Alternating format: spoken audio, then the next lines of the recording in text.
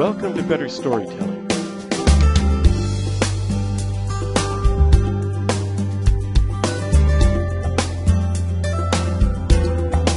In this program, you'll learn what it takes to be a writer.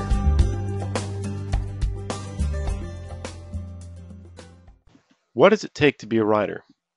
There are two rules to writing. The first rule is that there are no rules.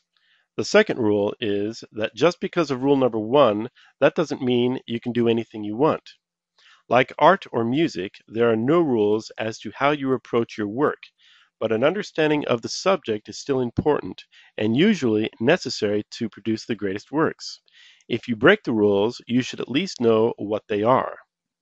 So what does it take to be a writer? You need three things: passion, practice, and study. Passion. The most important trait that a writer needs is zest, gusto, passion. Although it's important to understand things like story structure, point of view, and how to write a scene, it can be easy to forget about the fire which causes a story to be told in the first place. Ray Bradbury has said that he wasn't born with natural talent in writing. Instead, he was born with a passion for writing itself. His enthusiasm was the fuel that forced him to develop his skill as a writer. Think of it this way: if you want to fly to the stars, you need a rocket ship full of fire. How do you know if you have a passion to write? How do you know as an artist has a passion for drawing? An artist draws all the time simply for the fun of it. Writers write all the time. Practice. If you want to succeed as a writer, you need to write at least 1,000 words a day.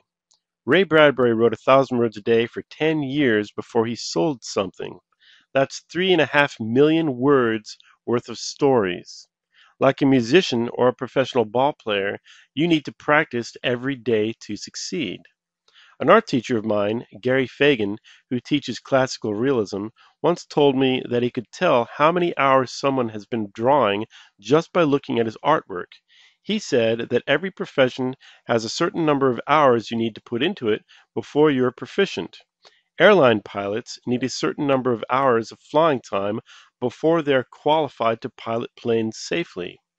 Music, art, sports, and writing all require X number of hours of practice before you're good enough to work professionally.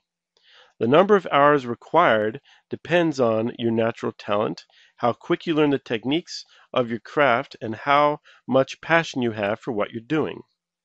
Everyone writes terribly at first, but after 6 months or a year of practice or more, the bad stuff will tend to go away.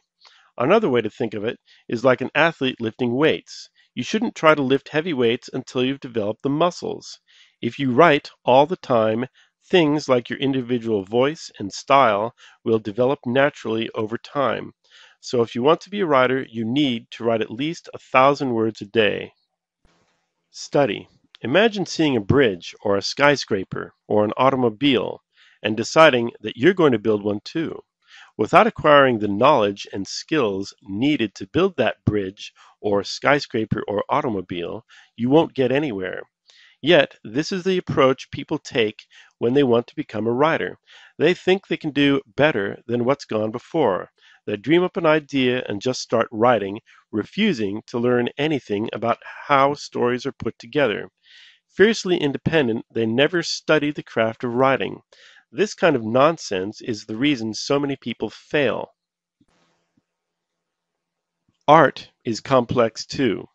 The principles and elements of design are line, shape, direction, proportion, texture, balance, harmony, contrast, unity, emphasis, space, and time. Without learning these things, you won't go far as an artist, no matter how many hours you put into practicing. Artists need to learn how to mix paint. They need to learn how to prepare a canvas, and they need an understanding of color theory. Artists have no problem with going to art school. Imagine an artist saying something like, "If I go to art school, I'll learn the formula, and all of my art will look exactly like everybody else's." This kind of thinking is nonsense, And yet, this is precisely the reason why aspiring writers refuse to study writing techniques. It's true that the best artists spend most of their time practicing, but they also need to develop the skills needed to be an artist. Michelangelo didn't spend time practicing only, he studied his subject. Study is one of the most important things you can do as a writer. Without study, it can take you 10 or 20 years to succeed. With study, you can do it 5 or 10 times faster. There are hundreds of great books on writing. Here's my list of the top 5 books. 1. The Anatomy of Story by John Truby. 2. Zen and the Art of Writing by Ray Bradbury. 3. Writing the Breakout Novel by Donald Mass. 4. Writing a Great Movie by Jeff Kitchen. 5. The Scene Book by Sandra Schofield. How to become a writer. Becoming a successful author is like becoming a successful athlete, or an engineer, or a musician, or an artist. All of these things require dedication and daily practice. You can't just sit down and start playing the piano and expect to produce anything great. You can't simply choose to start drawing and produce a work of art at the first try.